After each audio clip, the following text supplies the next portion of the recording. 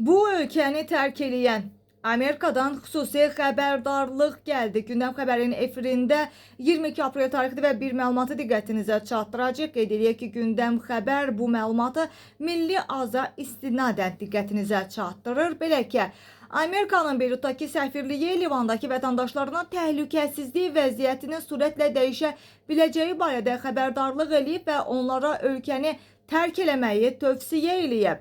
İsrail və Livan arasında davam edən 10 günlük müvəqqəti atəşkəs razılaşmasına baxmayaraq, Beyrutdakı Amerika səfirliyi Livandakı təhlükəsizlik vəziyyəti ilə bağlı açıqlama yayıb və açıqlama isə bundan ibarətdir. Livandakı təhlükəsizlik vəziyyəti yaxından izlənilir.